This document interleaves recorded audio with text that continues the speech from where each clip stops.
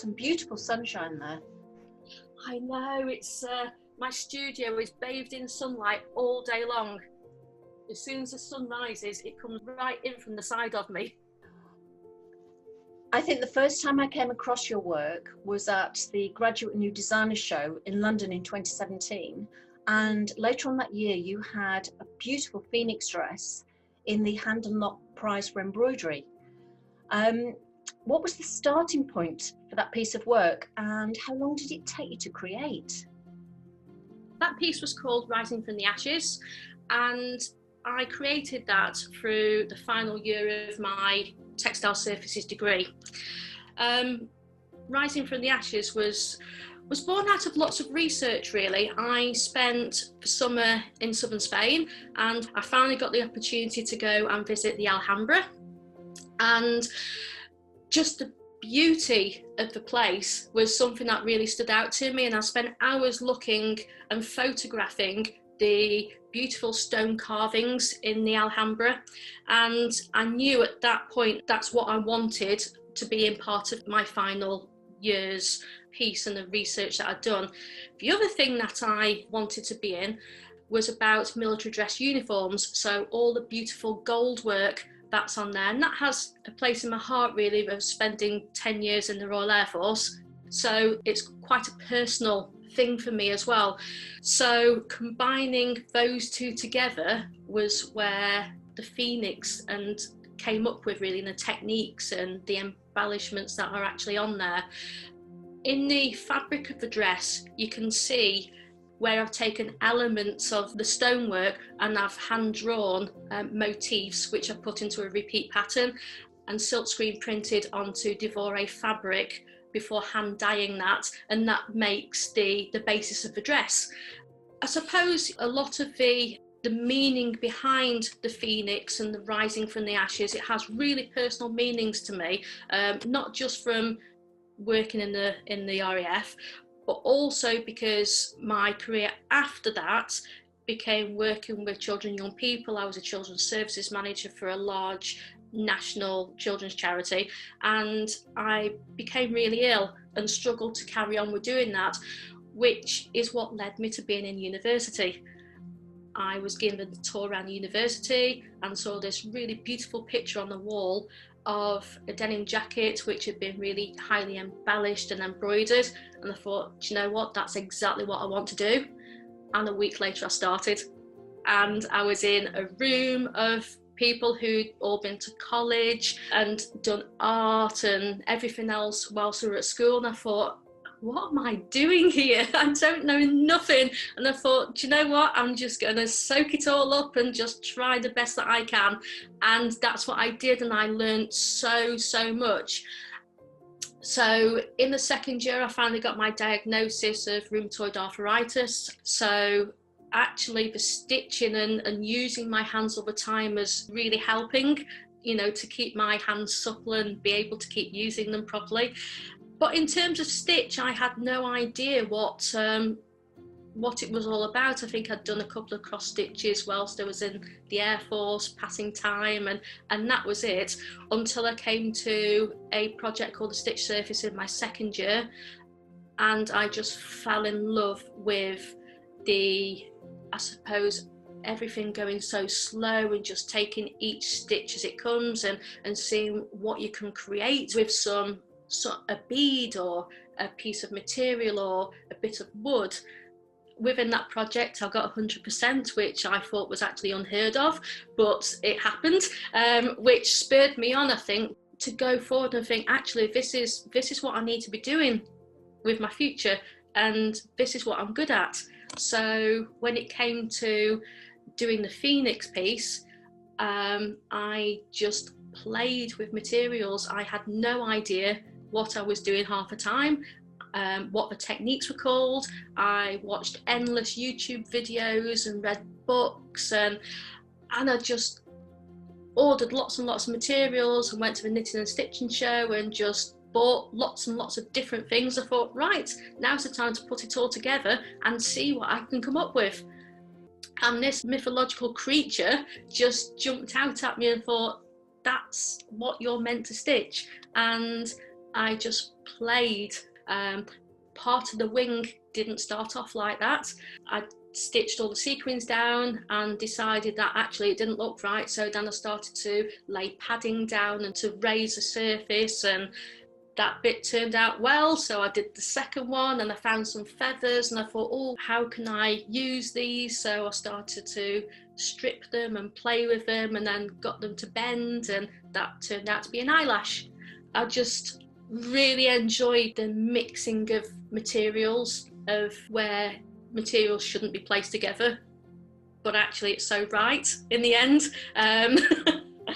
And so that was where the Phoenix was born, really, just out of a place of experimentation and learning and teaching myself how to sew.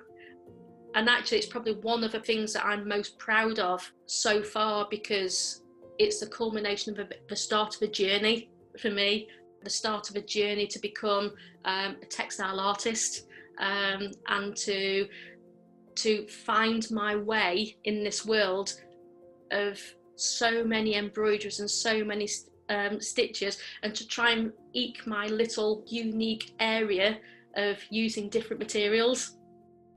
And that is one amazing dress. The work is beautiful. The work is beautiful.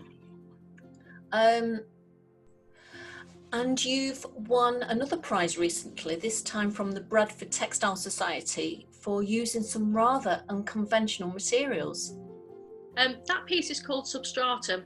The actual research, one of the reasons why I did that is because I was researching into the coral reefs and the effect that climate change and global warming is having on the corals and on our oceans, and the work that marine biologists are doing by using marine grade concrete as a basis to grow new corals. That's really where the underpinning knowledge and the research that I've been doing, and all of the images that I was seeing has led me to using and trying to experiment with using my embroideries within unconventional materials such as concrete, but then adding in another unconventional material such as resin. So I also entered the second piece into the Bradford Textiles competition, which also won another first prize. And I tried to replicate, I suppose, what happens to those corals when they turn grey. And I learnt another new stitch by looking on YouTube, and found the turkey rug stitch actually fitted perfectly with the qualities of what happened to the corals and the algae and everything, and then using goldwork pearls around that in a French knot to give it some more texture, and then tambour beaded outlines, which is probably the only technique that I've actually been and was taught how to do that properly. I went to Hand and Lock and learnt how to use a tambour technique, probably because it wasn't a happy accident, this one was. I was trying to teach myself how to tambour bead at home, and had an unfortunate accident where the needle ended up catapulting into my finger and had to go to A&E to have it removed. So sometimes I think it's really, in this instance, really pertinent to actually go and get proper tuition from this, which is what I did. So that piece actually combined lots and lots of different techniques. And I think in the end, when I finally get that piece back from being assessed from my masters, I'm going to turn that into a more sculptural piece and turn it into maybe a bowl or something, because I think it'll lend itself quite well to being an upturned bowl that will just sit as an interiors piece rather than just leaving it as a flat piece in a frame. I think I like to mix things up a little bit and look at the shapes that I can get out of the embroidery as well. So let's talk about your new collection of work. It features some needle felting, gold work and beading, and also some very beautiful wearable art. So the new collection of work is called Coral Ocean, and it's a culmination of my 3 years worth of learning through my masters. So part of the collection is about wearable art. So I've created some highly embellished necklaces, brooches, and a large neck piece.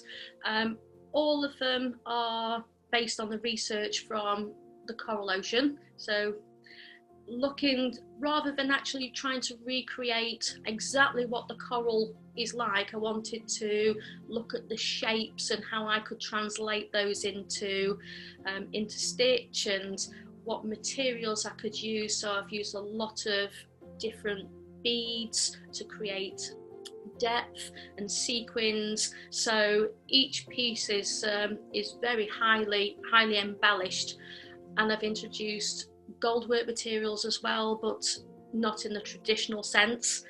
So I like to get the materials and just play, really.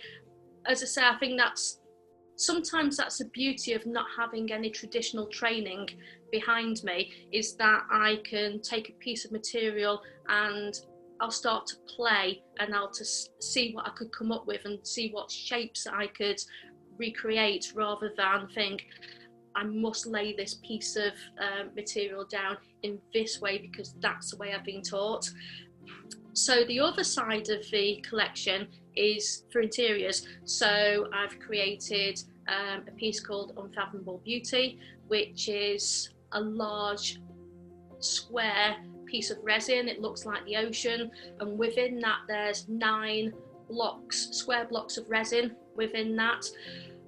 Each of those 9 blocks of resin started off as 9 squares drawn onto a piece of fabric, and the only thing that I was looking at that point was these 9 squares must fit into the moulds that I have, so that I could put the resin around the embroidery.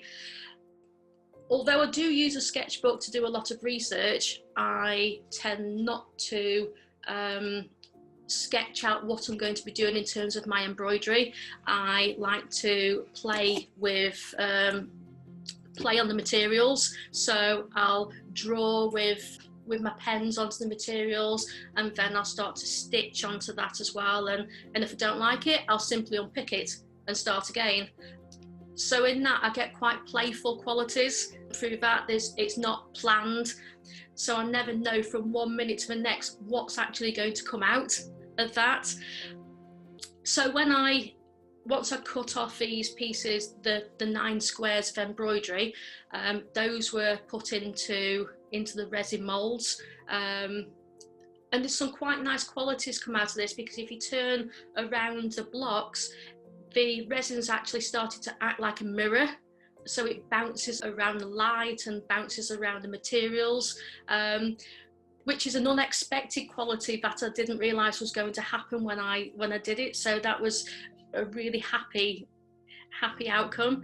I like to play with found materials as well. A lovely piece of wood that I found on the beach in Shall Island in West Wales, and it had looked like it had been used as part of a barbecue.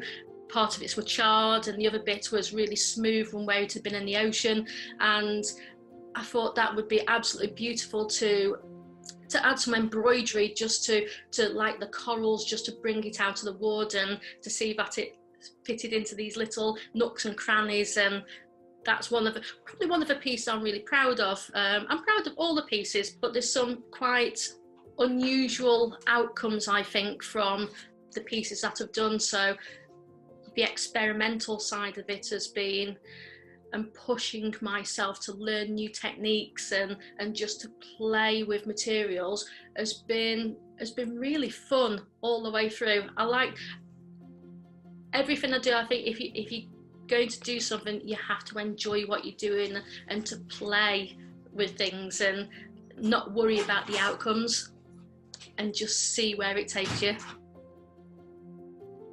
Now, I know you like to work in your studio, but you also like to stitch while you're on the road as well, don't you? I do.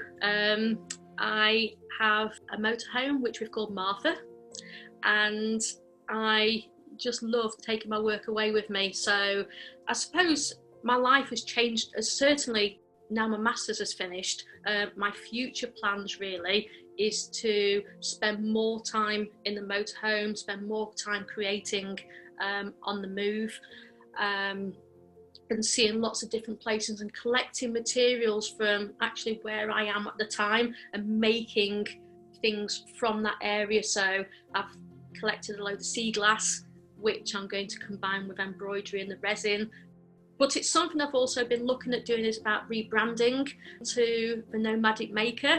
So in the future I'll be hopefully doing workshops, and hopefully I'll be in festivals doing creative things, or at the side of a road or something like that. That would be absolutely perfect, really. Well, I'm going to put the contact details for Nomadic Maker in the video description so people can start following you, because I think that's something that people will be very keen on following to see how your journey develops.